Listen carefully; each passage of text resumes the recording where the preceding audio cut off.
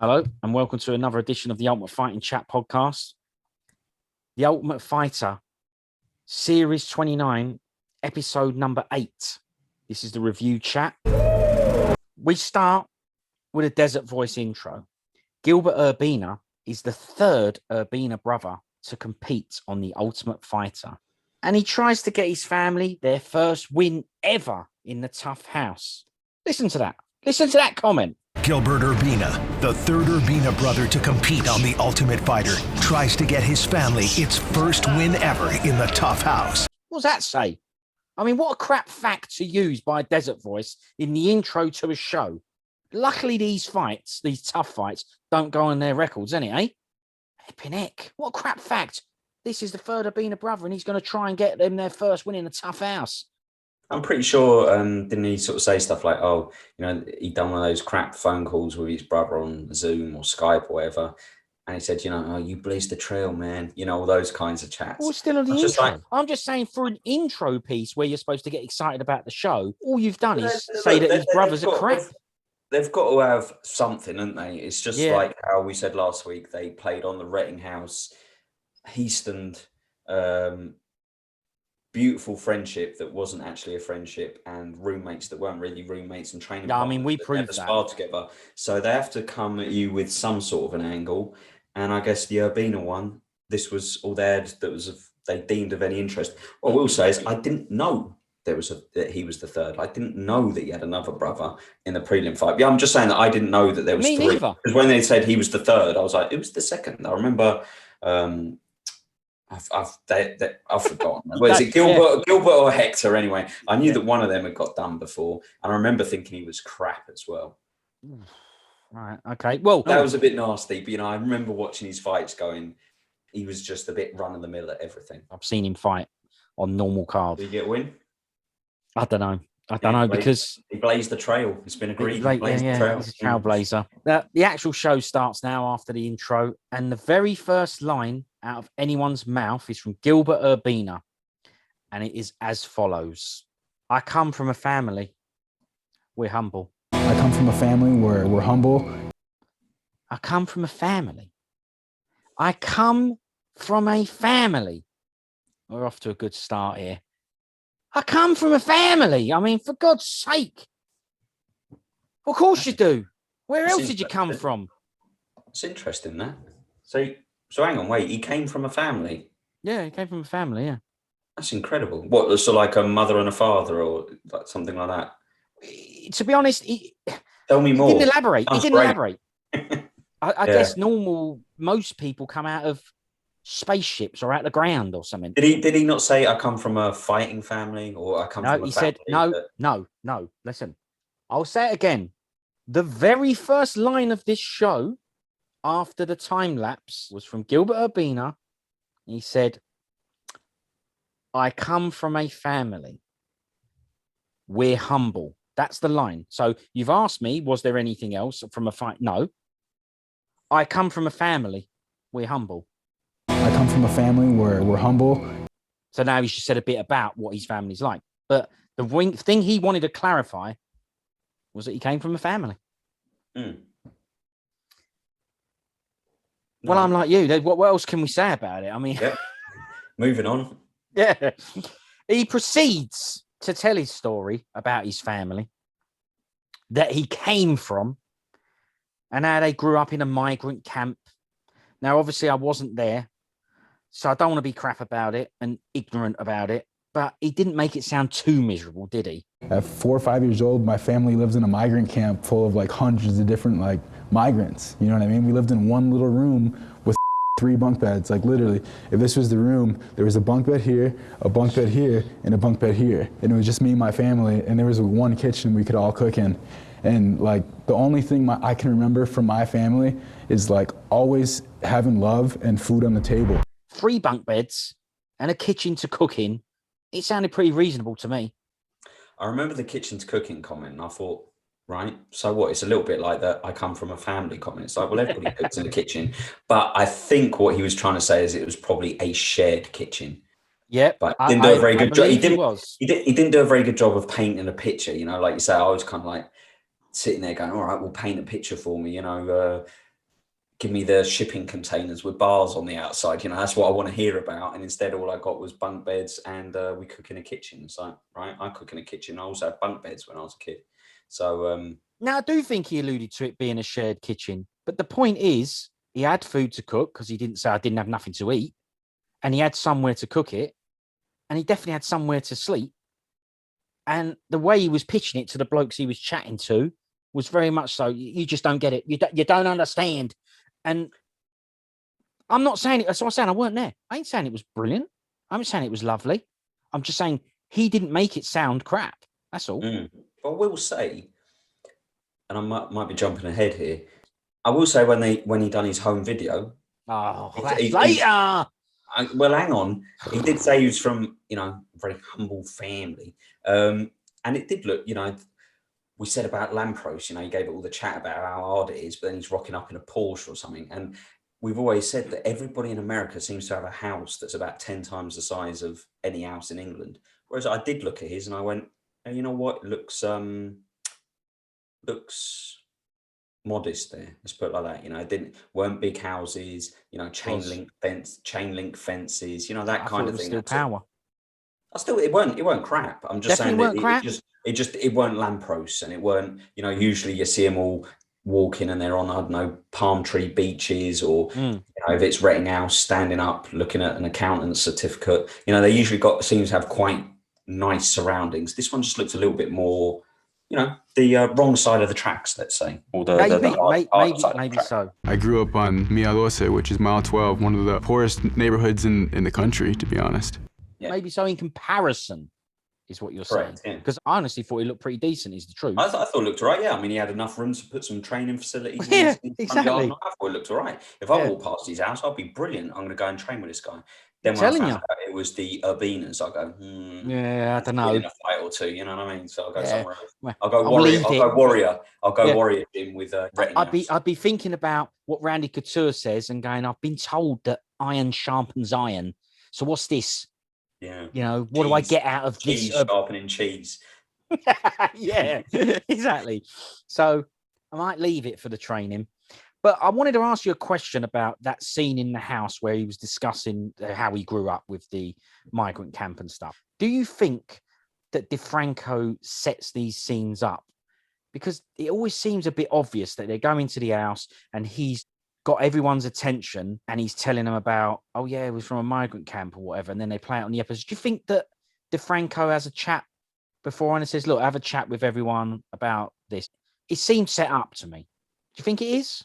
It seems a little convenient that people talk about Christina. That's that real love, baby. Me and my girlfriend, Christina, it's all about that love, baby.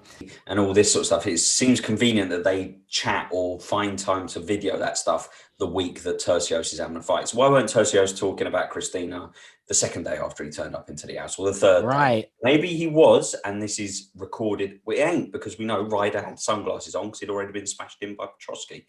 So it's supposed to be flying on the wall stuff. That Miles Hunsinger's talking about his background to somebody on the episode where we need to find out about his background. So it's definitely scripted to a degree. And it's very good point about Ryder. That was a perfect point to bring up, that we know that it was of the exact time, but was he asked then, while you're sitting around this table playing cards with Sagbod and Ryder, maybe you should have a chat about how you feel about Christina. But we love each other so much deep into our souls, baby. It's supposed to be fly on the wall stuff. I'm not sure it is. That's all. I think we might have rumbled them. Yeah, and you could definitely tell that Aaron Phillips, he wasn't training for a fight at that stage. So you know that his fight had definitely been. It's been and gone. Yeah. What rolls around his gut. I was going to ask what sign you've got, what evidence you've got towards that you think he weren't training for a fight, but. I get it. I've seen a shot of him sitting around that table, many a time. We're on to the Gilbert Urbina home vid. He takes us through the Urbina TUF legacy. I found this bit interesting. His brother Hector was on TUF 19. My brother Hector was on TUF 19 on Team Frankie Edgar versus BJ Penn. And he got done by Cathal Pendred. Brilliant. That's I am. Okay. And I like this. I liked this scene of looking back on stuff. And he's other brother, he referred to as Eli, but on the show he was Elias, was on TUF 23. My brother Eli was on TUF 23 with Team Joanna Jacek versus Claudia Gadella. And he got done by Eric Spicely. For the winner by unanimous decision, Spicely. I don't feel like I lost this fight. I don't. And I have to say, and you said this at the beginning as well, I do not remember Elias at all. My name is Elias Urbina. I'm from Wesco, Texas. It made me actually think, I've never seen this season. I've never seen this bloke before. I definitely remember the Spicely season, though. I remember the Spicy season for sure. Yeah. But do you remember Elias Urbina? My name is Elias Urbina. I'm from Wesco, Texas.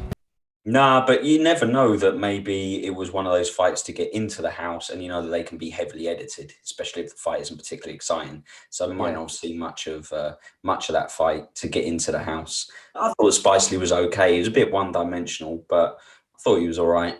So did I, yeah. Who did Urbina get done by again? Pendred. Oh, yeah, guy who chops up lettuce for a living now, doesn't he? That's right. You know, Carl Pender, didn't he? He's one of the coolest looking guys. Oh, he's amazing. Amazing looking. Yeah, he looks absolutely brilliant.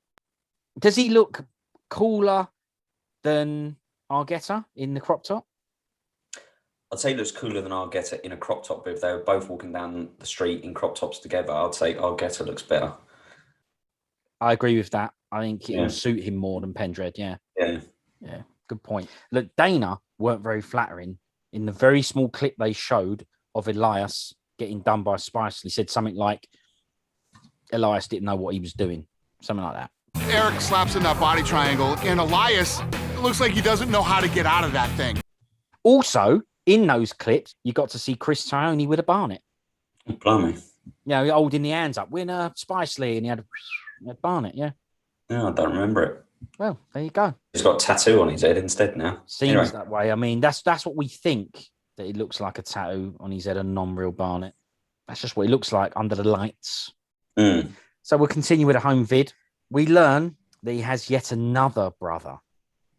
Not one of these brothers, but this one looks like he's learnt from his three older brothers not to bother with a fighting career. Do you know what I mean? Here's a clue. Gilbert called him Big John. I live with my parents and my little brother, Johnny. Looks good, Big John. And then proceeded to tell us why. Something to do with loving to throw down on food. Something like that. Food has always been one of the things that my family just loves to throw down on, you know. Food is love, and that I'm fueled by the best, man.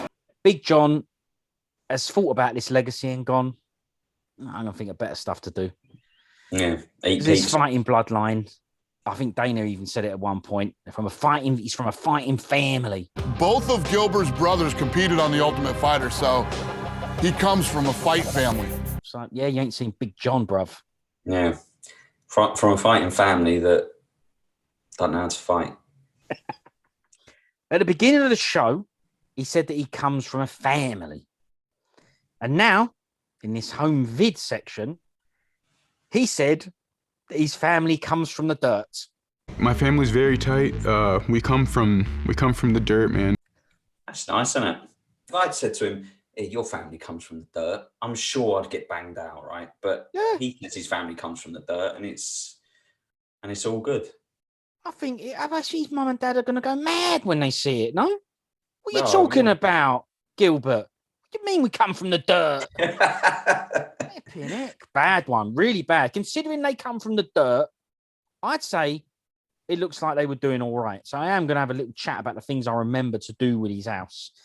He's got a big family. That always is a bit of a drain on the... So you're talking about Big John in particular there, or you just mean as in there's lots of them? I don't know if there's enough room for Big John. Yeah. Looks good, Big John. I think that it would look quite good there. It maybe did look like the rough end of the neighborhood, of the street, but it still goes to show what things are like out there compared to here. Because he's got a big family. That's a definite drain on the resources. The house looked pretty big, maybe not as massive and as luxurious as others, but it was still a decent size house, wasn't it? They had a nice car on the drive, a decent area to train in, with plenty of equipment to use.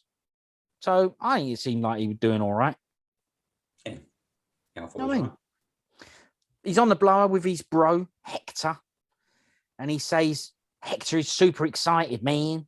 You know, Hector's super excited, man. But to me, it looks like he can't wait to get off the blipping blower. Considering they're brothers, it's almost as awkward as the Tertios I'll get a pizza chat. A real crap phone call. Don't know if you remember it. Well, you do remember him being on the blower, don't you? With his big face filling up the old scrun. Yeah, I remember him being on the blower, and I just thought... Well, very good chats for bros. Nah, yeah, it was just going on and on, wasn't it? You know, like, yeah, man, I carry on the legacy. Yeah, man, you carry it on. You know, just that kind of usual... Just bollocks. Living his dream.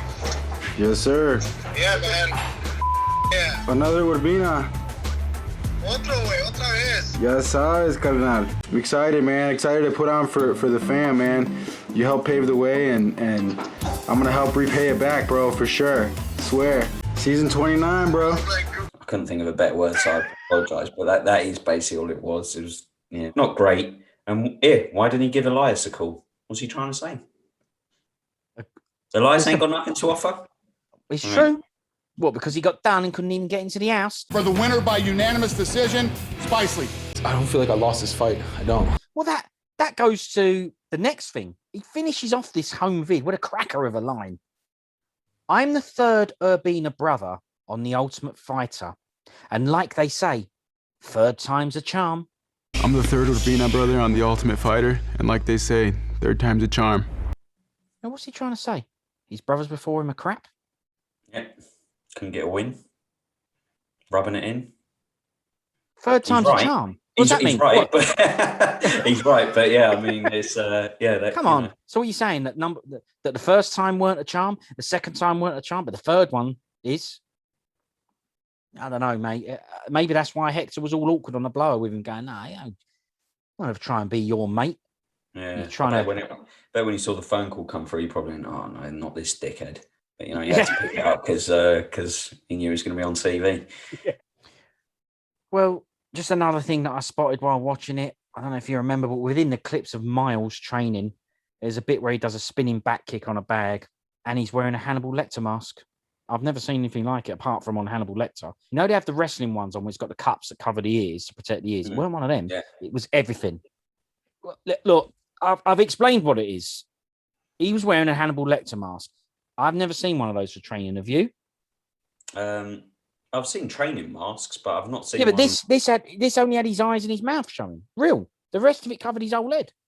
I haven't seen one of those before for training. I'm sure if I saw a shot of it now in front of me, I'd go, "Oh yeah, I did notice that," but I can't remember it for the life of me. It was like a head guard, right? But no, it wasn't. It was like a Hannibal Lecter mask. All right, but I think you've made that clear now. Yeah, I'm telling you. I've never really seen it before for fighting. Never noticed it.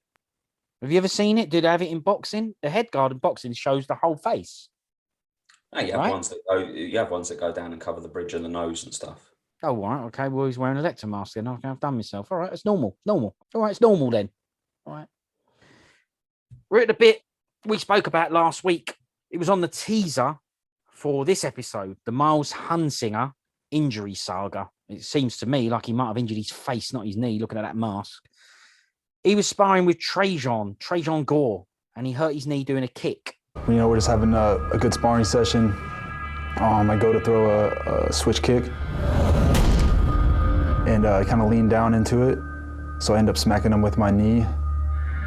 So it hyperextended and just kind of rotated wrong, leaving my knee unstable. After a powers chat that he had with Henna Gracie. Yeah, you want to know if it's bruised, you want to know if it's messed up, and if you know that it's torn something serious, you got to keep your weight off it. You got to fight completely differently. He goes to check it out at Desert Radiology. I went to see a physical therapist this morning, and he told me that I have a tear and that I could potentially be making it worse. I'm just here to figure it out. What a stupid name for a place. Desert Radiology. What? Because it's in the desert? Probably. Well, yeah, okay, but it might not be that, because they might have been trying to be clever, because on the doors was a big, massive logo, DR, for Desert Radiology. Oh, and it's also short doctor. Brilliant. You got it. See? That could be why. He gets back to the house and he says, I'm trying to put a poker face on here, man, so that people don't know that I'm injured. I'm trying to keep a poker face at home, you know, not show any weaknesses. But the face ain't hiding the limp he was doing all around the house. Looked to me like he had no problem with people knowing. It's hard to, you know, not show that I'm limping on it and favoring it. But, you know, just doing the best I can. It's because you weren't saying it. People constantly going, "You all right? You all I right, don't bro? know. Everything all right? You feeling good? Oh, yeah, I'm feeling good." Limping through the house, limping into the kitchen and all that. So, I mean, yeah, even if you're not, because I didn't think the limp was that obvious, but just his manner and the way he came into the house wasn't particularly. Yeah, where you been? Buzzing. Yeah, exactly. A guy who's buzzing or looking forward to his fight, or, you know, it was just a little bit sort of downbeat. And like you say, they will have said, "Where have you been?" They did. They did say that. They said, "Where you been?" Yeah. And he said something like, getting in some extra credit. And they went, "Extra credit?" What up, dog? So, fellas? Why you late, bro? You know, so, some extra credit. Extra credit. So they did question. Look, that's quite a good excuse, you know, saying that, just going over a game plan or some extra training, you know, that kind of thing.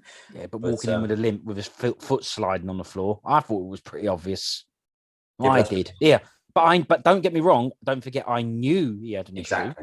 Exactly. So I was watching his footwork. He goes to see Jeffrey Davidson for the MRI. How's it going, dog? Come on in, Miles. Have a seat, buddy. You know, good old Jeffrey. He's on all the episodes, and he's a bit like Tiki in the UFC. We see him all the time. Goes for the MRI on his knee. And they have an interesting little chat before the results where Jeffrey asks him if he would be comfortable if one of the coaches wants to be involved. Would he be all right with it? Hey, before we get started, tell me, are you comfortable if one of your coaches or coaches wants to come in and participate in the examination and review of the information? No, I'd rather have it just be us. Okay, that's fine. And so I was pretty surprised. Miles went, "Nah, I'm all right, actually. I'll just have it me and you." What do you think about that? Was you surprised by that? I would have had my coaches in there. I would have. But he said no. I thought about this for a little bit. I don't know what the right answer is. I guess it's down to the individual. It weren't like they were going to examine his knob or anything. It was his knee. Well, yeah, I mean, there is that. But I didn't mean in that regard. I don't know whether it's something that maybe he felt, I want to be on my own just in case it's bad news and I start crying. Yeah, okay, fair one. I didn't think of that. Yep. Something like that. Maybe he didn't want anybody else, if you like, polluting his mind. He wanted to absorb the news first, think about himself, then go and have a chat about it, rather than, you know, maybe having Ortega going, "Oh, only a grade 2 tear, that's no big deal, man. Yeah, he can fight, you know, and immediately putting pressure on him to maybe respond a certain way. So maybe it's good that he heard it himself, took time to let it sink in and settle, which is kind of what he done, right? Before he then gave the news to the fellas and they kind of had a bit of a chat about it. Yeah, I think I know why he done it on his own. Because he didn't look like he was going to cry about not fighting to me. But anyway, we'll get there. Jeffrey proceeds to tell him that he strained his MCL. All right, so the MRI shows what's called a grade 2 strain of the medial collateral ligament. So you've torn this ligament that's kind of important right here called the medial collateral ligament, or the MCL. The other ligaments are all intact. And that the severity is in the middle, he said. It's in the middle of being able to fight and not being able to fight. If this was a more severe tear, I would probably say, let's just recommend not to fight completely. And if this was a lesser of an injury, like a grade 1, I'd say, I think you can definitely get through this. And, you know, unfortunately, you're right in the middle. So he needs to make a decision on whether he fights with it, which he said you can do, but you'll risk making it worse if you do that. And it could end up being a more serious injury. You know, you've got to go make a decision with your coach and decide, can you give it 100%, get in there and win the fight? I've got to ask you, put yourself in his shoes. What would you do? Would you have fought or not? You know, I'm not a fight bloke. I'm not an ultimate fighter. I tried my best to put myself into the shoes and go, what would I have done? And I changed my mind later. But initially, sitting in the room, just me and Jeff, I went, yeah, forget it. I ain't risking this. You know, my knee's hurting. but I don't want my knee to be hanging off and needing surgery. That was my initial thought. I did change my mind later. That was my initial thought. What would you have done at that stage? You fighting or not? I'm definitely fighting. I'm fighting Urbina in the first round, and I could beat him with one leg and one arm. So because of the legacy? Yeah, I'll come back. Listen, there's no way I'm losing this regardless. So I'll come back and get my leg checked after I've done Urbina this weekend. All right, but third time's a charm. But honestly, I actually felt sorry for him because he's now got this scenario where I think people like Dana, and we'll talk about Henna Gracie and Ortega's reaction to him as well in a second. But Dana and all those people are going to go, every fighter fights with an injury or a knock. You know, he ain't got it. He ain't got it upstairs. Is that why you would have taken the fight, though? Because I'm asking you, would you have taken the fight? At this stage, we haven't had a chat with your coaches yet. All I can say, to me, the doctor saying it's a grade 2 tear means nothing. I don't care. All I care about is how I feel on my knee. So the doctor could say to me, it's a grade 1 tear, but if it feels horrendous, then I can't fight. If he says to me it's a grade 3 or grade 4 tear, it's absolutely mashed, but I feel all right, then I'll go, no, I feel okay, I'll have a smash. So I don't care about the medical terminology so much. I care about how I feel. But I must say that to me, his reaction to the news was obviously one of disappointment. But we have seen guys in this literally break down and go, no, man, I don't care, I'll still fight, and stuff like that. And he didn't seem like that. He seemed like, I've got done with an injury, see you later kind of thing. He seemed a bit comfortable with it. I know he was still upset, and I don't doubt that he definitely wanted to fight, and he's not scared of fighting. I know all that, but I didn't think, like, even when they went back, because this is probably the next scene anyway, when they went back and they said, well, let's just start working out on it. I didn't get the impression that he was trying to show them, this is all good, I'm ready to fight. Exactly. It seemed to me that he was giving off the impression, I don't want to say intentionally, but he was giving off the impression that I'm not 100% on this. Taking the decision out of his hands and almost asking them to go, you can't fight, man. Look, you can barely train it. You can barely shadow box. That's how it looked to me. Well, I agree. So he does. He goes back to the gym after having his meeting with... let's refer to him as Jeff now. We've seen him enough. He has a chat with his coaches, Ortega, Tiki, and Henna. He tells them, listen, I've been there and it's torn. He wouldn't have had to have this awkward chat if he had him in the room. But whatever, that's his own choice, right? Yeah, so it's torn. It's torn? It's a full tear? Or it's a grade 2. Grade 2 tear? What did he advise? But he said he wanted me to talk it over with the coaches. Then there's a clip here of Ortega doing chats. And at this point, he seems very skeptical as he wasn't allowed in with Miles and Jeffrey. He actually said, if it was me, I'd want my coaches there. I would have had them there. You know, we're in this together. When the doctor came, he didn't want us to be in the room to hear anything. If I'm injured and I have my team, we're all sitting down. So he didn't like that. So there's a bit of, you can see there's a bit of something going on in the back of his mind, Ortega, going, what's actually going on here? You know, I'd know what's going on if I was sitting in the room. At this point, we get to see Henna Gracie's feet, and they might be the biggest feet I've ever seen. I don't think I've ever seen anything like it. They are massive, right? Yeah, a couple of hands in flip-flops. Yeah, yeah. I've never seen anything like it. Look, let's put it this way. I don't normally notice feet. I even hated the way he was sitting. Oh, yeah, because he had, like, painted things on with shorts. Yeah, the like whole tights thing. on and, sitting like a woman with, feet the size of King Kong's. It was just a bad look. For a guy who actually looks cool and handsome. He looked like absolute trash in that shot, to be fair. But, yeah. Right, okay, well... That's all right, because I said he was handsome and amazing beforehand, so I can say he looked crap for 2 seconds. Tell him to his face. I will do. What is it? One punch and you become a white belt. Yeah, that's it. Yeah. Yeah. So I'll just do that on him. Yeah. All he would do was put a foot on you and you'd be done. Forget it. Yeah, crushed. 1 foot and you become nothing. They decide as a team to do a bit of light training, light moving around, test the injury out. Good idea, I thought. Very sensible thing to do. We were trying to, in the best way, push for him to want to go in there. But I, like you, was starting to get the impression that Miles would be okay if he couldn't fight. I got the impression that he wanted to not fight, but he didn't want to say those words out of his own mouth. It's very unstable, man. Like I'm trying to pivot on it. I'm trying to move, and all I can feel is like my knees wanting to slip out. I have to be able to shoot off my left leg. I have to be able to kick with my left leg. I have to be able to rotate my knee in order to punch him. It's crucial to be fighting on stable knees.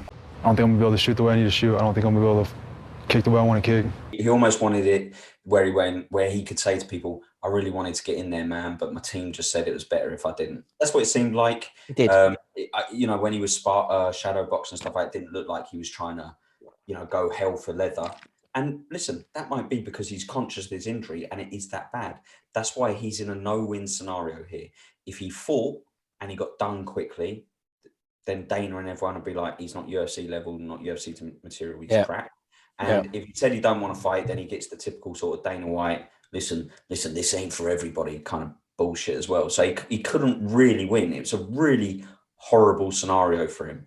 Yeah. But I agree that I think all of them, Henna, Ortega, look, Tiki was just standing there thinking about what prank he could do next. He wasn't thinking about the injury or anything. But Henna and Ortega, to me, they looked like they were looking at Miles, and I think they could see this guy don't want it.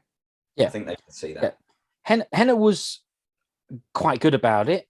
He was sort of trying to convince him to fight, but leaving the choice and the decision up to him. I think that Miles made that decision when he booked that appointment with Jeffrey.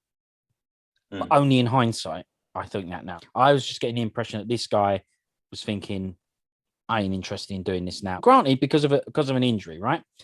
Although Henna was leaving it up to him and saying, look, it's up to you. It's up to you, bro. Ortega was being a little more pushy on convincing him to fight. I've been there. I've been literally the same exact place. Grade 2 tear. Can everything else support it? Can you get through it? Yeah. Will it be a bitch? Yeah. Whenever Ortega does chats like that and says, look, you should fight and this, that, and the other, pushing him towards that way, Miles tended to start crying about it. So in my mind, I could see he didn't want to risk it. I think the coaches just ended up getting bored of it, of the whole indecisiveness, He wanted them to take the decision out of his hands and say, you can't fight, man. Look at the state of that knee. But they weren't giving him that easy out. And that's why it started becoming a bit of a drawn out thing. And that's why Ortega was saying, you can fight. And then he was, I think at that point, Ortega wanted him to turn around and go, I'll do it. I'll try it. I'll give it a go. But he wasn't. Instead, he was going, I don't know, man, don't feel too good or whatever. And this, and I don't doubt that that's true, right? But it wasn't the response that you want. There have been fighters who've said, I don't care, I'll get back in there. I've been done, I've been knocked out, whatever. I don't care, I'll get back in there. In fact, we'll see that by the replacement that's coming up. His attitude. Ortega does finish it off. He's bored of it all, and he just says, look, let me know now, or we're calling it. We're going to call it then. Unless you tell me no right now. But we're going to call it. He was just tired of it all. So eventually, Miles gives it all the heartbreaking chats. His health is his wealth. I got to take my health first. I take it very seriously, man. Your health is your wealth. But I don't think it's that heartbreaking or he'd fight. You can tell Ortega had the ump about it. As he said, he would have fought in the same situation. He would have fought, and he explained part of the sport, he's fought injured, and you fight injured all the time. He never goes into a fight 100%. He always goes in with an injury and all that. You will never enter a fight 100%. So you have to learn to tap in there mentally and enter all these fights with something up. Psychologically, he gets kicked there. That thing's broken in his mind. Yeah. There's not one time I've stepped in that cage where I've been perfectly healthy. We're in a rough business. I hated that. That's what he said. I'm just telling you. But I'm just saying I hated that chat, right? Because there are varying degrees of this. For example, McGregor can't go in and have a smash tomorrow because his leg's like a jellyfish, right? So the thing is it's all fine saying no one fights 100%. I don't doubt that, right? You're always going to have a knock, a bruise, a little twinge, whatever it is, these things. But there are some things you can't fight through, or it's stupid to fight through. And if it was the case that in order to, be a fighter, you got to fight through injuries, right? How many fights get cancelled due to injury? Bucket loads, right? I can't fight Dana because I got a cut in sparring. I can't fight Dana because, whatever it is, all these different injuries. People pull out with injuries all the time. Ain't 'cause they're scared, ain't 'cause they don't want to fight, ain't 'cause they're a wimp, ain't none of those things. It's because sometimes eventually the injury puts too much of a compromise onto your ability to fight. And it's better to say, I can't fight, rather than go in there and get battered and perhaps make the injury worse and be kept out for longer and then get cut or something like that. That's right. The problem Hunsinger's got is he's got no back catalogue to draw from where he can say to Dana, listen, I'm not a quick gizzer. I'm not like a bloke who pulls out fights or I bail or I haven't got the heart or the guts for this. That because I've had 5 fights in the UFC and I've won 4 of them and you see me come back from the brink of defeat. He hasn't got that. This is all Dana, Ortega and everybody has. This is their only impression of Miles. Yeah. And as far as they're concerned, he's a wimp. Not a wimp, they doubt his heart now. They doubt his heart and his stomach for the fight.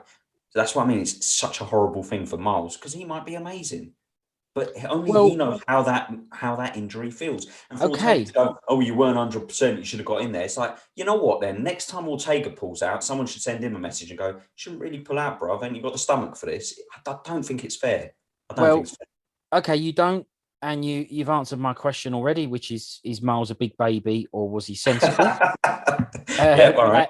Yeah, but we now we believe by looking at this show that the coaches think he's a big baby. You're erring, and it seems on the side of it was sensible or it's a personal thing. I told you initially when I had a chat with Jeffrey, I was like, no, I ain't risking my knee. I don't want to have an operation on my knee. Let it heal up. But this is a problem. There may not be a fight in the UFC again. But if he went in there and he smashed up his knee and he had an operation, all these people would be going, respect to Miles for stepping in, even though he was injured. He'll get another chance on the finale. He'll get another chance once he's healed up. Now, I'm not too sure about that. And that is the problem. And that is a bad reason for him to choose to fight and not fight with this injury. But I don't know, man. Maybe he should have in this situation, in that house, when you've got people chomping at the bit, like Gilmore. I don't know if it was the right decision or not, right? We'll never know without hindsight. If he went in there and he got his knee absolutely blasted into a grade 4 tear, right, and he's out of commission now for a year or two, I'm sure we'd all be saying, well, what a mug. He knew it was compromised, like the little fractures in McGregor's ankle, whatever. They're not related. We won't know because he chose not to fight. I agree with you that it's one of those kind of situations where he probably would have done himself more favors having the fight, getting knocked out, getting submitted or whatever, because it was documented that he had an injury. And I think someone like Dana might have gone, he didn't see him at 100%. But now I think all these people are questioning his stomach for the fight, his heart. Yeah, if you're a promoter like Dana White, are you going to want to sign this guy? And then he pulls out of a fight that a doctor has cleared him to go into. I just think that he might have blackballed himself, is that it? Or blacklisted himself. Maybe. And that's what I mean. It's a horrible situation for him because I think that's unfair. And the options were fight compromised and risk further injury and not perform to your best, or blacklist yourself. I mean, that's just a crap choice. Yeah, we've discussed this now, and that is why, towards the beginning of this discussion, you said you felt sorry for him. Now we know why you felt sorry for him, and I couldn't agree more. It's an interesting discussion. Say agree more or Gilmore? Well, no, I haven't agreed Gilmore. Believe me, he ain't been agreed. But it is a very interesting discussion to have. It's something we could chat about a lot, and we have chatted about it a lot. So we'll move on to the next bit because it hasn't actually finished yet. There's still stuff to chat around this, but I do think it was a very interesting dilemma. I do think it makes a big difference to make these decisions on the Ultimate Fighter. And when you're in the UFC, he needs to prove himself. Is going in and smashing up your knee, proving yourself? Maybe, maybe not. It would, unfortunately, with all these other people, they would have gone, yeah, he proved himself because he stepped in there with an injury and he risked it all.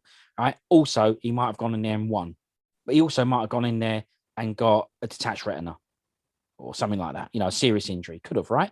Not his knee, something else, right? If he can't fight, can't punch properly, can't defend himself properly, he may have got smashed up in another way as well. You're going to get smashed up anyway, right? It's a fight, but he might have won. The point is, he ain't proved himself, and that's the issue. That fighting people, coaches, boss men, promoters, that's the issue they will have. Now, the boss man, Dana, he's been informed of all this shenanigans.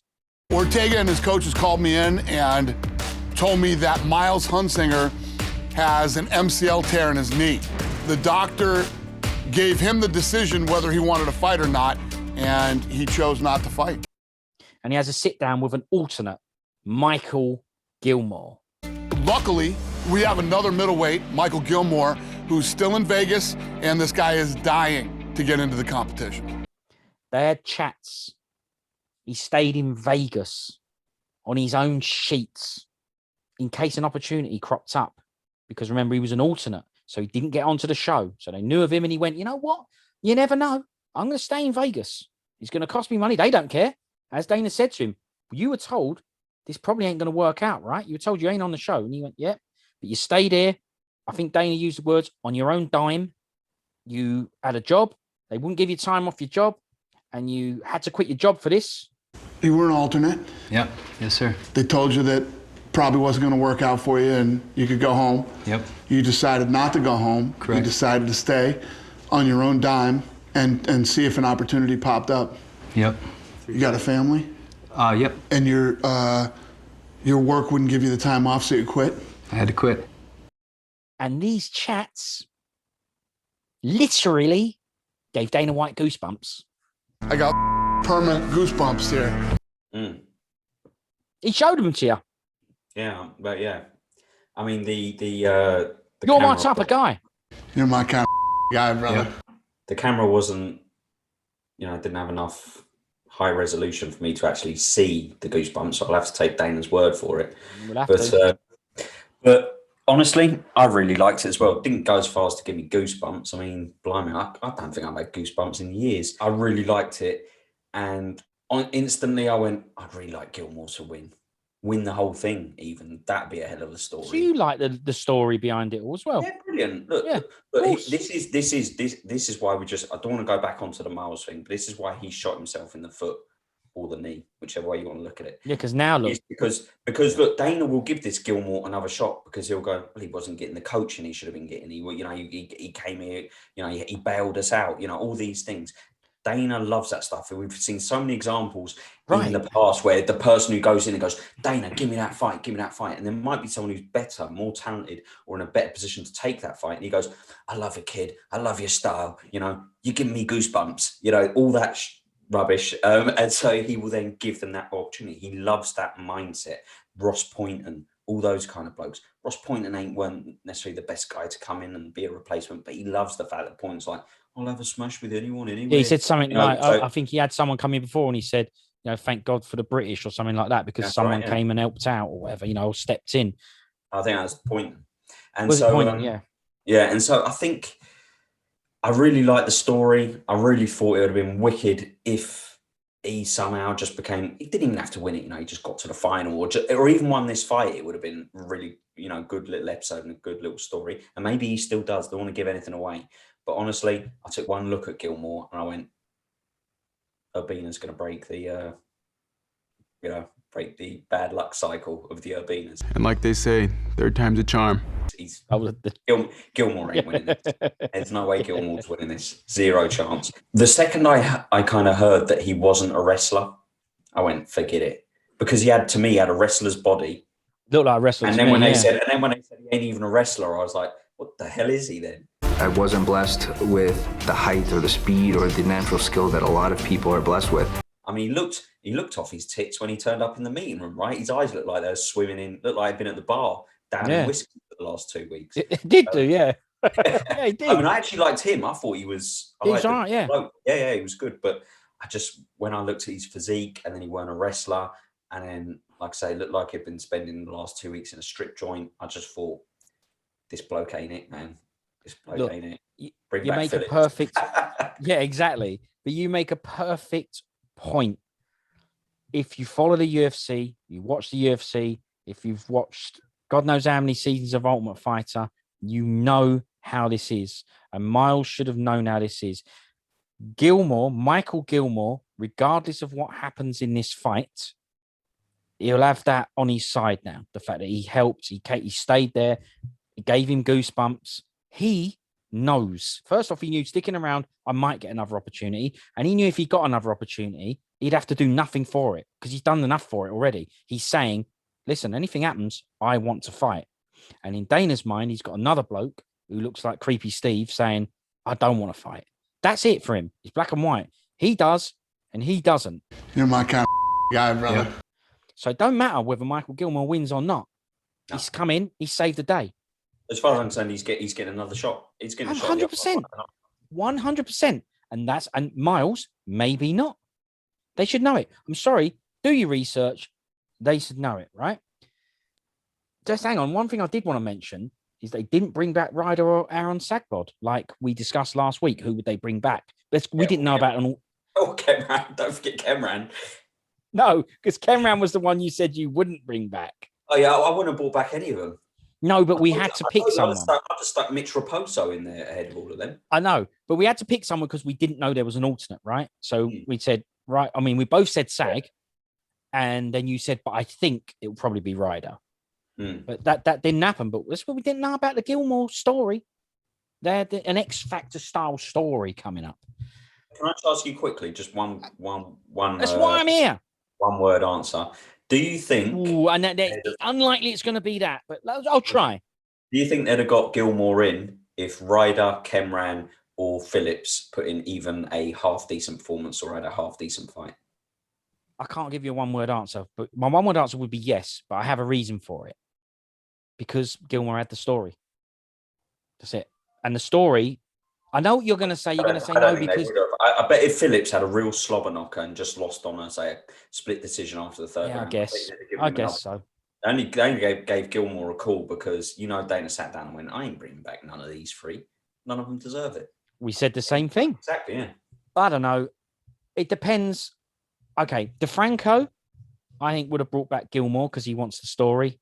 And I agree with you. I think Dana would have gone, I'm here to see good fighters, and I saw a good fighter. In one of those three. Deserves another shot, yeah. Yeah, absolutely. So all the fighters and the coaches, they're all lined up on the mats facing each other. How awkward must that be every time? That silly scene of them facing each other. They're all lined up waiting for Dana to arrive. They say, who are we waiting for? Dana White. Yeah, we're waiting for him to arrive. Let them know what's going on. At this moment in time, I don't think they know that Miles is a weedy, saggy drip. They don't know that yet. And he walks in absolutely massive as hell, way bigger than the middleweight that he walks in with. And he looks absolutely mint as far as I'm concerned. Looks absolutely fantastic. He often does this, Dana, when he's not very happy with the situation. This is his move. Again, as Ultimate Fighter fans and fanatics, we know. He asked Miles, I want to let everybody know what's happening. You tell him. He does that version, right? Where's Miles? You want to tell everybody what's going on? He let everyone know why I'm standing here, all massive, with a bloke in a vest that you've never seen before. You tell him. Right? Dana White does this, doesn't he? I thought it was a bit nasty, I'm being honest. I thought you might. However, if you were Miles, you would have expected it. Because Dana does this. This isn't a new thing for him. Does this. It shows what we were saying earlier, that Dana was pissed off that he He told me that. As far as I'm concerned, he's, like you say, he said, you tell him, because it's like, you tell him why I've had to bring someone else here, why I've had to find someone else and all that. If it was someone who broke their leg in training, I'm sure Dana will come out and go, listen, man, we've got some happens, kid. Yeah, Miles, but we ain't going to forget about you, boy. We'll bring you back. There's a very big difference. It was almost like, lobster, you're gone. It was that vibe. It was like, you tell everybody why this is all mashed up now. This is your fault. Where's Miles? You want to tell everybody what's going on? It just, to me, it showed he weren't happy with Miles. Simple as that. Right. And I don't think it's deserved, because he did go to the doctor, and the doctor did say, you've got a real injury that is on the borderline. It tells us everything that we already thought we knew, which is that Dana White wasn't happy about this situation. And it tells us what he thinks of Miles. He's a weedy, saggy drip.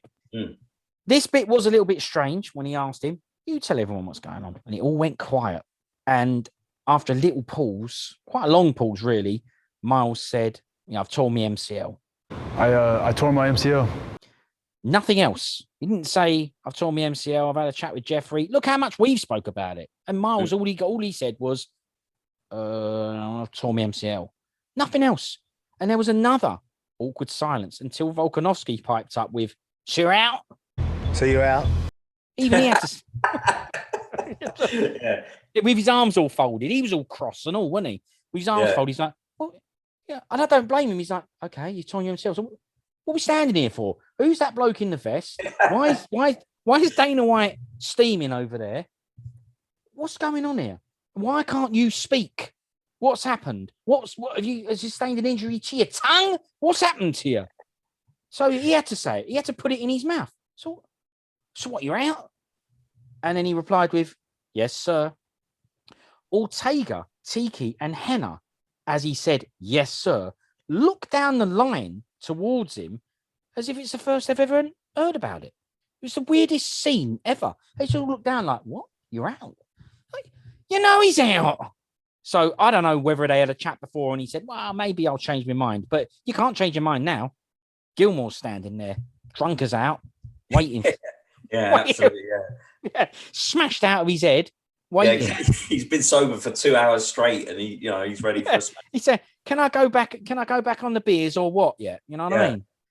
The whole thing just felt awkward as hell, but it was, it was good TV. I still enjoyed it. You could tell Dana had the literally from his face. And Miles walks over to Dana after doing all the hugs and grips, and Trajon going, "You up? You going home? You're going home?" "No." Right. And Miles says to Dana, "I'll be back." I'll be back. And I just thought, I don't know, Yeah, maybe not. I think that bridge has really been burnt, and I think it has, yeah. Yeah, it's going to take some serious timber to get it rebuilt, I'd say. Whether we agree with it or not. And we're on the same scene, so still keep it in your minds. We've got the two teams facing each other. Dana standing there in the middle. Miles has now left the room. And then for some strange reason, and again, I really enjoyed this scene, some strange reason, Volkanovski starts smashing Ortega in. I'm not exactly sure why. He says something like, "What are you guys laughing at? You've been standing there laughing. What's so funny?" What are you all so happy and chirpy about? So this is what we've been waiting on the whole time. You've been laughing like nothing's going on. He really does start laying into Ortega and getting him. Is that it? Is that what this is all about? Is it? I don't know what was going on with him. I don't know what's going on. I think it's because he was basically saying, because he did say this, he goes, "Your fighter is out and you're there laughing and smiling like it's a joke." It's not a joke. This is serious. Your fighter's out. Maybe. More considerate, more respectful for the fact that his dream's now been shattered. And, we got a situation here where, Urbina don't know who he's going to lose to. I mean, fight next, and he's, you know what I mean? I think it was that he felt that they were being a bit disrespectful to the fact that someone they're supposed to care about. Remember, they go around eating their, their beef, and you've got someone there who's supposed to be close part of your team. You're supposed to be tight with your team, and he's just been told, "Listen, pack your bags and sling your hook." You guys are all standing there laughing and joking. Shouldn't you all be a bit cut up for him, bit downbeat? But you're not. You're laughing there and joking like you're a couple of bad kids at school, at the back of the class. So I think that's what pissed off Volkanovski, because he did say, you're fake kind of thing. He did allude to that sort of stuff. Oh, he did do. Showing true colours. But Dana White saw this going on. He's standing there all red as out. And, Gilmore's struggling to stay on his feet because of the beers. Going, "What's happening here?" So Dana tries to help out with this. And he says, in true Dana White fashion, that kid Miles, he chose not to fight. The doctor cleared him. Let me set the record straight. He could fight. The doctor gave him the clearance to fight. He chose not to fight. That's what happened. He could have stayed. He got clearance from the doctor today to stay. He's got a sprain, an MCL sprain. They worked with him. He said the pain was too much. He couldn't take it and didn't want to fight. He's in front of everyone. No Miles there to defend himself. No nothing. He just said, "That's it." Then it came up with a red face, showing a clip of him chatting, saying what you said earlier. This ain't for everyone. That's that sort of chat. You've got. I always tell everyone this is the hardest competition ever, and you ain't all got it. I always say this is the toughest competition in combat sports, and only the strongest fighters will survive. If you have any doubts or aren't willing to do whatever it takes to stick it out and fight, then we will find somebody who will. So we knew he had the ump about it. I'm telling you now, at the end of that scene, he sealed that off and just let you know, I've definitely got the ump about it. This guy was cleared to fight. The doctor just cleared him and he didn't fight. That's it. We knew it, right? And Miles, I mean, he'll know it now. If he's watched the episode, I think he's blown it. Just a lot of emotions. This is something I've always wanted. And it hurts. It hurts to be on the cusp of everything I've been working for. He could fight. The doctor gave him the clearance to fight. He chose not to fight. You know, I'm just praying I can still fight. He could have stayed. He got clearance from the doctor today to stay. He's got a sprain. I really hope to be able to fight. He said the pain was too much, he couldn't take it, and didn't want to fight. People fight hurt all the time. People pull out of fights all the time. It's part of the sport. He could fight. The doctor gave him the clearance to fight. He chose not to fight. And the goal is just to be the best me I could be in there. Use my takedowns, use my elbows, use my knees. My kicks are beautiful and punches. I believe I'm the best fighter on this show. I'm the most well-rounded guy. He could have stayed. He got clearance from the doctor today to stay. He's got a sprain. If this doctor says that my knee is fine, like, there's no way I'm not gonna fight this dude. He said the pain was too much, he couldn't take it, and didn't want to fight.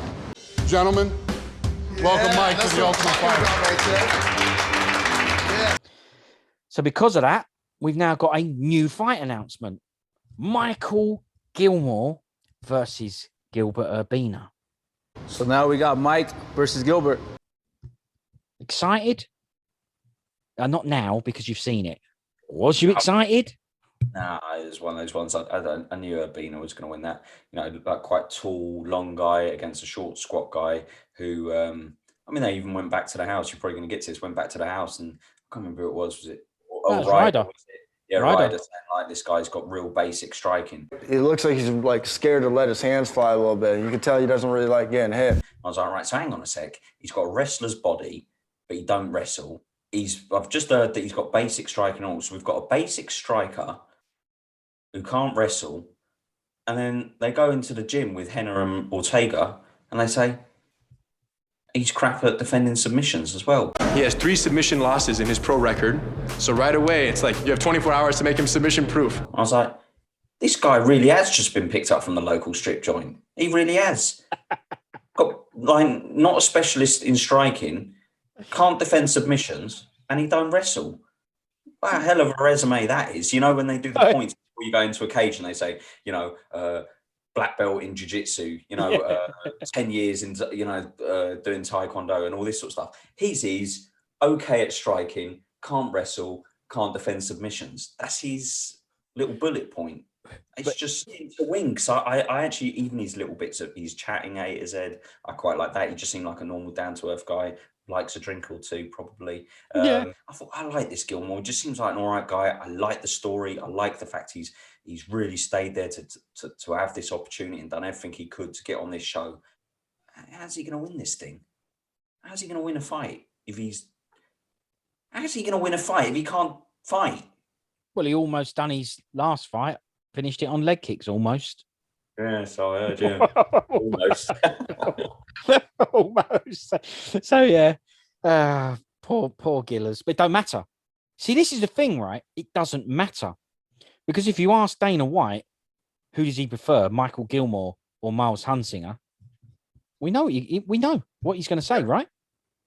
Who has he got more respect for? I know you don't like that, right? You think that's unfair. You know, that's how it is. That's how it is.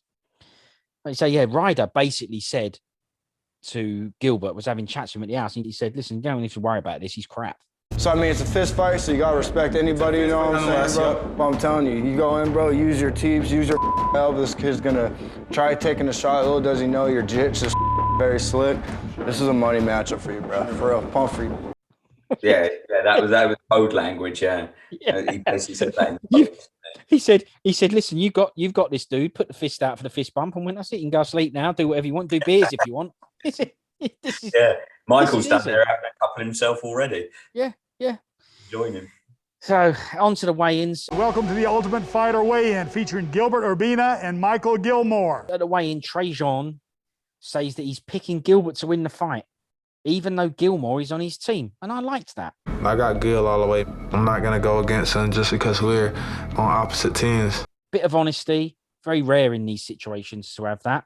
Yeah, he ain't really on his team, though, is he? He just basically turned up 2 minutes ago. So it's not like I doubt he would have said that if it was Hunsinger fighting him or what have you.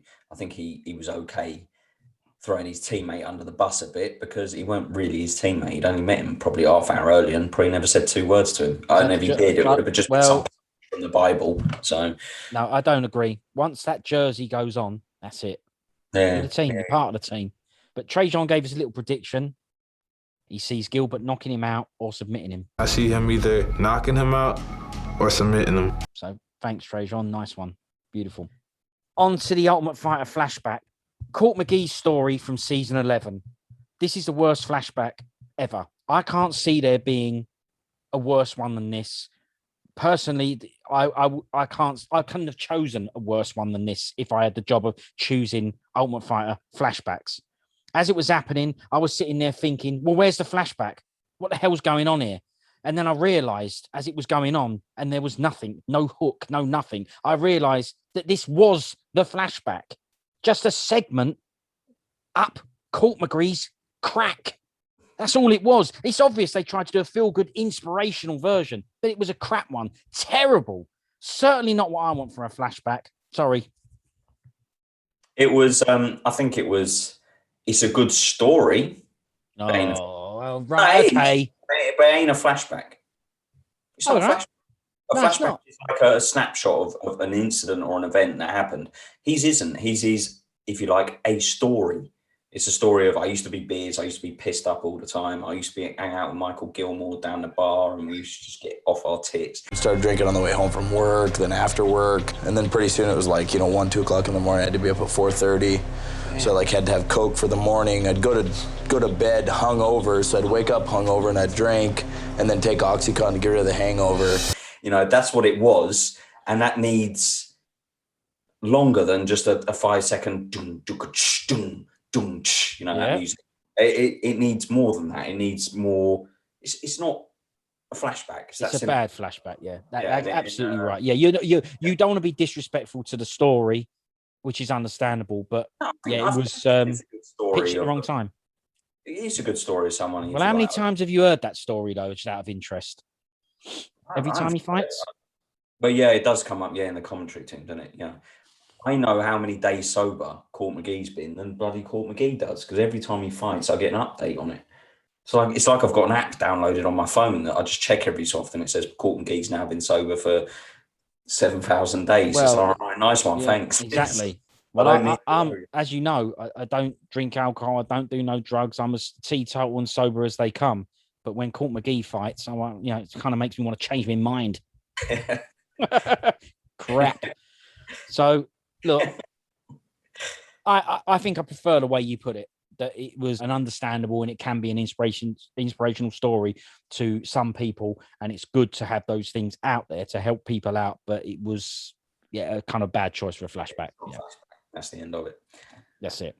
What was that horrible top that Urbina was wearing on the way to the fight? It was just a normal top. But it's just that one arm had rainbow crap around it, had the rainbow colors. Just one arm, though. I can't understand it. But when he had that top, and do you remember that top or not? Yeah, that's why I knew it was lime green, Yeah.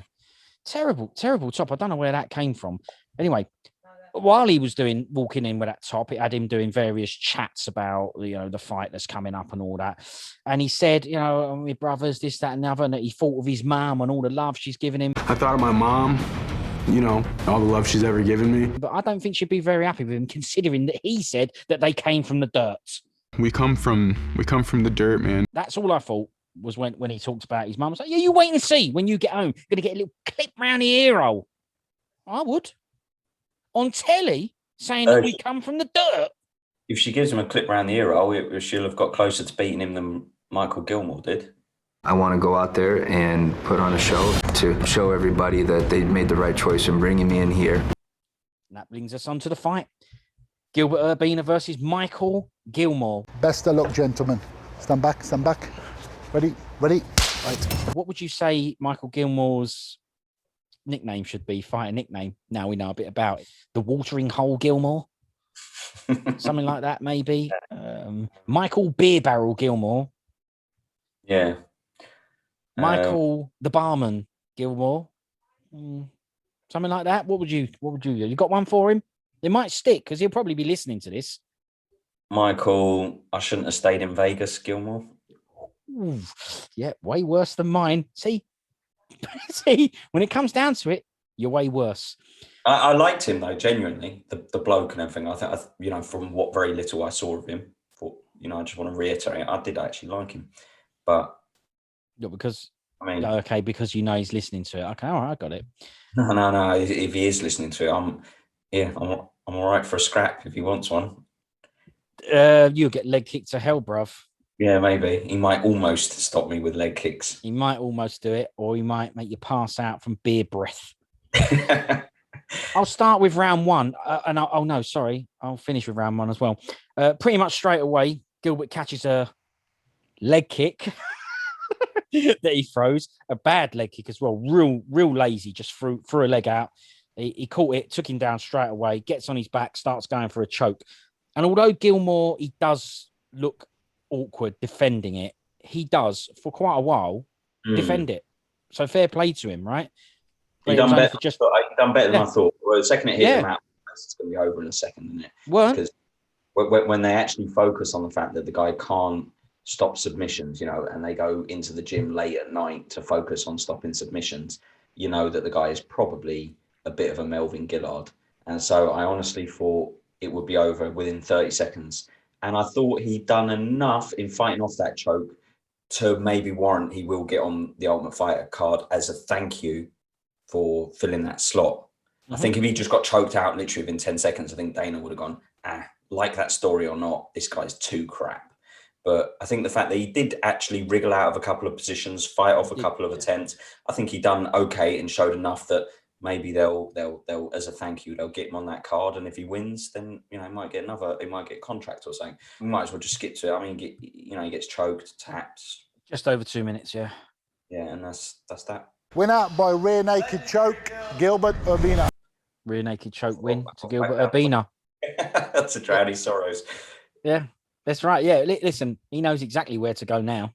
Yeah. Win or lose, I knew where I was going. You know what I mean? Yeah, it'll be the guy, at the end of the bar telling people, I could have been a contender and all that sort of stuff. That's right, I had to strike, wrestle, or fight off submissions. I could have been a contender. Fair play to him, though. Shame for him, like you say. It's a good story. Was a shame. He got in there. He gave it a go. And he's better than Miles. So that's that, isn't it? You know what I mean? In Dana's eyes, yeah. That's kind of all that matters, isn't it, when it comes to UFC affairs. So, yeah. Done himself no harm. No offense to Michael, he's a tough guy, tough kid, and you gotta give him nothing but respect for stepping up on 2 days' notice to get in a cage fight, especially at this level. Nothing but respect. That's right. That's exactly right. It's now even 4-4. Volkanovski has definitely pulled it right back now. You know what I mean? Isn't he? Pulled it right back. You know what I'm saying? Yeah. 4-4 now. Right. Now we're on to the bit what we discussed in the last show. I was, or was it the show before that where I said, we've still got some things to come, haven't we? Oh, yeah, he sits in a room. That's what we got. It's the semi-final matchups chat in the room with Dana and the two coaches. He sits down with them, discusses all the next matchups. Usually he's already decided before he goes in there what he wants to do. But as he says, I always like to ask the coaches what they think. What do you think? I'll be honest, I'm comfortable with both matchups. But normally, and Dana said this as well, normally in this scene, you get a bit of drama. They always end up arguing over this bloke, that bloke, it's not fair, and this should happen, that should happen. But they just basically said, yeah, no worries, and agreed with everything. Usually when I sit the coaches down to discuss the next matchups, they get into it a little, they argue a bit.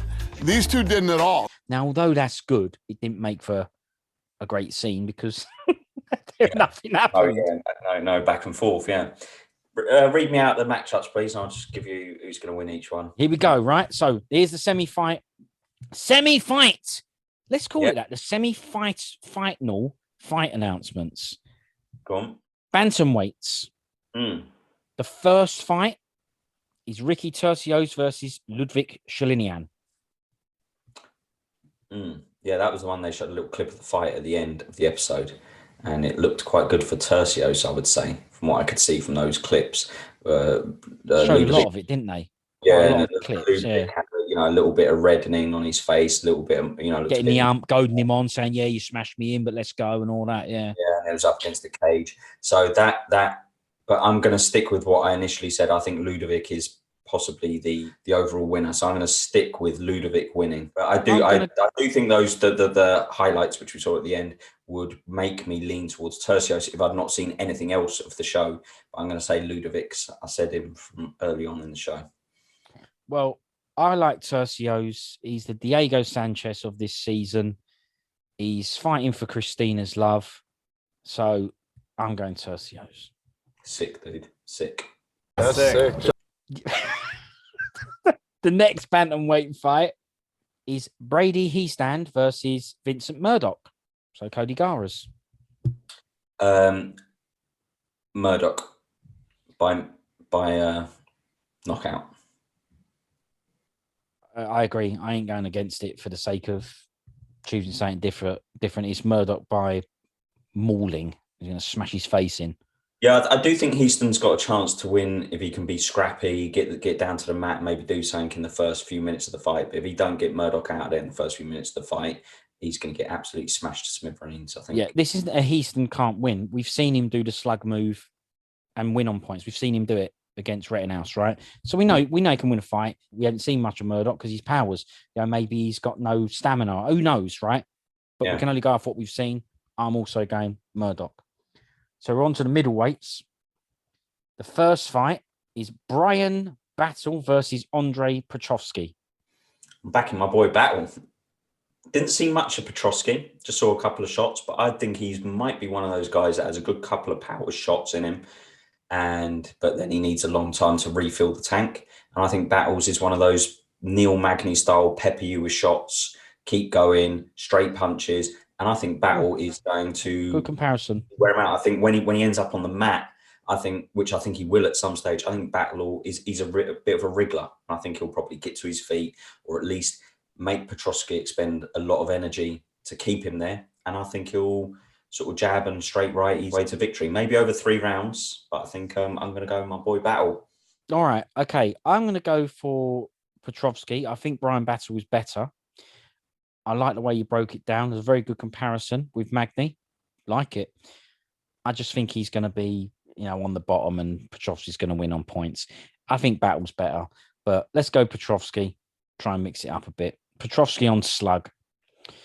The second middleweight fight is Gilbert Urbina versus Trajon Gore.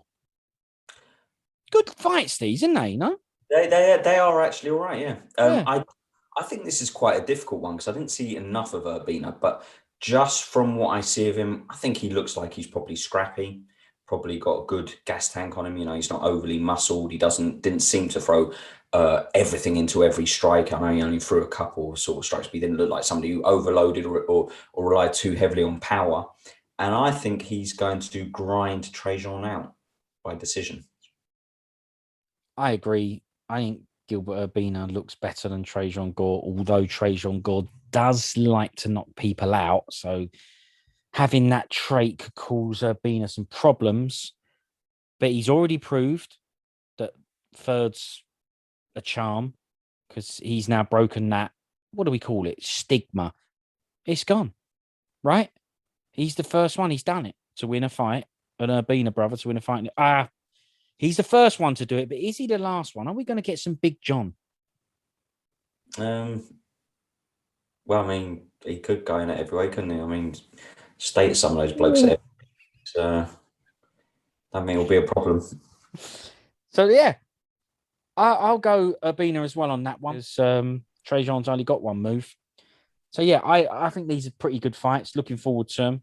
Good luck, gentlemen. The preview of the next episode shows Volkanovski prank. And from what they show, I think it could be the worst one ever. It looks shite. Oh, mate. Sitting there on a shelf with a clock in front of you, knob. That was the only good bit. Yeah, but how is that even good? What load of clocks? I mean, I'm assuming all those clocks are going to go off, right? They're all probably alarmed to all go off at a certain time. If they're not, I don't know.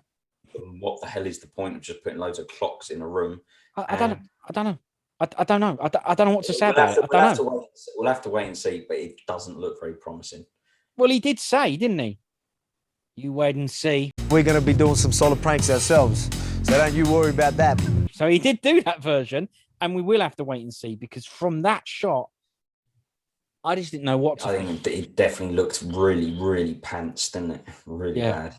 But, it might not be. We'll see. That's the end of the episode. Now, before I go, I'm going to mention that we got a new subscriber. Now, I should have done this at the beginning of the show because it's very unlikely that anybody got this far apart from us. What I'm going to do is I'm going to remember to shout him out at the beginning of the next show because I forgot this time. But I'm still going to shout him out here. But I am going to remember to do him at the beginning so you don't have to grin and bear the rest of it. Nightwalker. do you want me to respond to that? Yeah. You might like walking at night. You know, wicked. Well, look. Welcome, Nightwalker. Welcome. Yeah, that was like that stupid show with a big bus that goes by where they do up houses in America. Welcome home, Brady family or whatever. Welcome home. Do you remember that? Well, I guess there's just one thing left to say. Welcome home, Huber family. Welcome home. Nope. Oh, for God's sake. All right, I can't remember what it's called. Nightwalker. Thanks very much for subscribing. I hope you feel after this episode it was worth it. Only you can let us know that. But I'm sure Kieran's still with us. Shout out to you. How you doing? And we'll see all of you on the next episode, including you, of course. You'll show up for the next one, won't you? Yeah. Unfortunately so. See you Brilliant. later. See you later. Ta-ra. Miles was one of the guys that we're kind of unsure of, but now we're sure of. So Gilbert's the third brother. I just found that out now. I knew he had one brother that was on here. Well, that's cool.